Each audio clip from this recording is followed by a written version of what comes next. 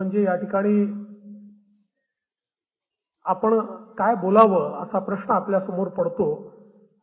कधी कधी काही व्यक्तिमत्व इतकी मोठी असतात की त्यांचं वर्णन करण्याकरता शब्द देखील अपुरे पडतात। जी सेवा त्यांनी संगीताची केली आणि खऱ्या अर्थानं भारतीय शास्त्रीय संगीत हे जनमानसामध्ये रुजवण्याचं काम, हे सामान्य माणसापर्यंत पोहोचवण्याचं काम आणि त्यातूनच अनेक गायक गायिका यांना प्रेरित करण्याचं काम, त्यांना शिकवण्याचं काम हे त्यांनी या संपूर्ण आपल्या प्रदीर्घ अशा संगीतातल्या आयुष्यात केलाय। आणि म्हणूनच देशातले सर्वोच्च पुरस्कार देखील त्यांना प्राप्त झाले आहेत।